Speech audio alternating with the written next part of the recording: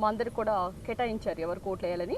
అందులో మోక్ష చంద్రబోస్ గారు, పరిమళ నెత్వానీ గారు, తర్వాత అయోధ్య రామరెడ్డి గారు, ఈ నలుగురు క్యాండిడేట్స్ బరిలో ఉన్నా కానీ కావాలని వరలరామయ్య గారికి ఓడిపోయే సీటు కట్టబెట్టడం అనేది ఈ యొక్క కఠినమైన కుళ్ళు రాజకీయాలు తెరదీశారని చంద్రబాబు నాయుడు గారికి ఈ విధంగా తెలియజేస్తున్నారు. ఎప్పుడైనా గెలిచే అవకాశం ఉంటే వాళ్ళ కొడుకే ఇస్తారు కానీ దళితుల్ని ఎందుకు పావులాగా వాడుకుంటారు? ఎప్పుడైనా ఓడిపోయే సీట్లు, దళితులను అవమానించే సీట్లు అయితేనే చంద్రబాబు నాయుడు గారు దళితుల్ని కట్టబెడతాడు. ఎప్పుడైనా ఓటు బ్యాంక్ రాజకీయాలకి దళితులను వాడుకున్నారు కానీ దళితులు కూడా ఎప్పుడు పెద్దపీట వేసిన దాఖలే లేదు. గతంలో కూడా 2008లో గెలిచే అవకాశం ఉన్నా కానీ టికెట్ ఇవ్వలేదు. తర్వాత 2016లో పుష్పరాజు గారిని మోసం చేయడం జరిగింది. మరి మోత్కుల గారికి గవర్నర్ పదవి ఇస్తానని కూడా మోసం చేశారు. మరి 2018లో ఈ వరలరామయ్య గారికే రాజ్యసభ సీట్ ఇస్తానని చెప్తే ఆయన హడావుడిగా పట్టు పంచలు చొక్కా వేసుకొని బయలుదేరి వారధ నుంచి మళ్ళీ ఆయన బ్యాక్ వెళ్ళటం మనం చూసాం. మరి అలాంటి వ్యక్తికి ఈ సీట్ ఇవ్వడం అనేది ఇందులో ఆయన యొక్క కపట వైఖరి కనిపిస్తుంది. గతంలో ఎప్పుడు కూడా చంద్రబాబు నాయుడు గారు దళితుల్ని ఎలా పావులుగా వాడుకున్నారంటే ఆయన చెప్పే వాక్యంలోనే మనకి తెలుస్తుంది. ఎవరైనా ఎస్సీగా పుట్టాలనుకుంటారా అని అంటే అర్థం ఏంటి అంటే దళితులకి ఆయన ఎలాంటి రెస్పెక్ట్ ఇచ్చాడు? మరి ముఖ్యంగా ఆయన యథారాజా తథా ప్రజ అన్నట్లు మరి ఈ విధంగా చంద్రబాబు నాయుడు గారు అంటే మరి వాళ్ళ గత మంత్రులు మాత్రం ఏ విధంగా మాట్లాడారో మనందరికీ తెలుసు. మరి గత మంత్రులు ఆయన చేసిన వ్యాఖ్యలు మనం చూస్తుంటే ఈ యొక్క ఆదినారాయణ రెడ్డి గారు ఏమన్నారు? దళితులకి శుచి శుభ్రం ఉండదు, దళితులు స్నానం చేయరు అంటారు. మరి చింతమనేని ప్రభాకర్ గారు అయితే ఏకంగా ఒక మెట్టు పైకి ఎదిరి ఆయన చెప్పింది ఏంటి? మీకు దళితులు మీకెందుకు రాజకీయాలు అంటాడు.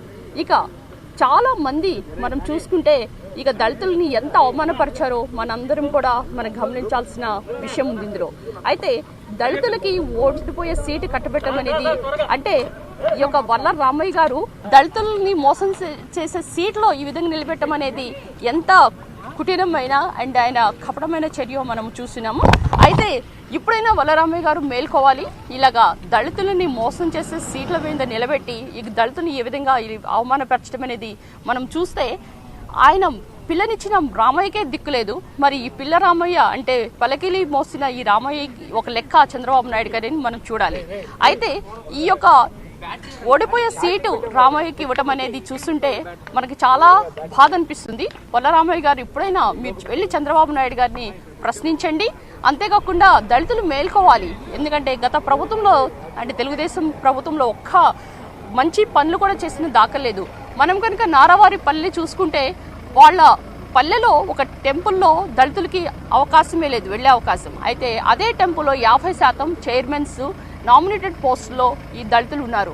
మరి 5 ఉప మంత్రులు ఉంటే అందులో 4 ఎస్సీ ఎస్టీ బీసీ మైనారిటీకి సంబంధించిన ఉప మంత్రులు మా ప్రభుత్వంలో ఉన్నారు. అంటే దళితుల సర్కార్, పేదల సర్కార్ అంటే వైసీపీ ప్రభుత్వం. కనుక ప్రతి ఒక్క నామినేటెడ్ పోస్ట్లో ఇప్పుడు మార్కెట్ యార్డ్ చైర్మన్స్ కానివ్వండి, ఎలక్షన్లో కానివ్వండి, మరి దళితులకి చాలా పెద్దపీట వేసిన ప్రభుత్వం సంక్షేమ ప్రభుత్వం వైసీపీ ప్రభుత్వం. కనుక మా ప్రభుత్వంలో దళితులకి అందరూ కూడా న్యాయం చేస్తారు. కనుక జగన్మోహన్ రెడ్డి గారి నాయకత్వంలో ఈ యొక్క దళితులకి పెద్ద పీట వేసి ఈ యొక్క ఓటు బ్యాంక్ రాజకీయాలకి తెర తీసే మాదిరిగా, ఈ తెర దించేసే మాదిరిగా కూడా మా ప్రభుత్వం ఈ యొక్క ప్రయాణిస్తుంది. అంతేకాకుండా ఈ యొక్క ప్రతి ఒక్క సంక్షేమ పథకాలు చూస్తుంటే ఈ తట్టుకోలేక చంద్రబాబు నాయుడు గారు ఎలాంటి మాటలు అంటున్నారంటే ఈవెన్ మనకు అప్రోప్రియేట్ బిల్ కూడా ఇది పాస్ చేయకుండా ఈ యొక్క శాసన మండలి అడ్డుకోవటం అనేది ప్రతి ఒక్క బిల్లును కూడా దిశా బిల్లు దగ్గర నుంచి అన్ని అడ్డుకోవటం మనం శాసన సభలో చూసాం డైరెక్ట్గా. కనుక ప్రతి ఒక్కరు కూడా మేల్కోవాలి. ఈ రాజకీయాలు ఏ విధంగా ఉన్నాయో చూడాలి. కనుక వైసీపీ ప్రభుత్వం చేసిన సంక్షేమ పథకాలు అన్ని కూడా ప్రజలందరూ చూస్తున్నారు. నవరత్నాలు, నవ్యాంధ్రప్రదేశ్కి నవశకం పలికిన నాయకుడు అంటే జగన్మోహన్ రెడ్డి గారు. ప్రతి ఒక్క ఇంటికి కూడా నవరత్నాలు వెళ్ళి మా యొక్క సంక్షేమ పథకాల వల్ల ప్రజలందరూ కూడా ఎంతో సంతోషంగా ఉన్నారు. కనుక ప్రజలు గమనిస్తున్నారు. కనుక ఈ కుళ్ళు రాజకీయాలు మీరు మానుకొని చంద్రబాబు నాయుడు గారు, నేను మీకు ఒక్కటే చెప్తున్నా, ఇప్పుడన్నా మీరు 40 సంవత్సరాల అనుభవం అంటున్నారు, తర్వాత 14 సంవత్సరాలు మీరు ముఖ్యమంత్రి పదవి కూడా చేశానంటున్నారు.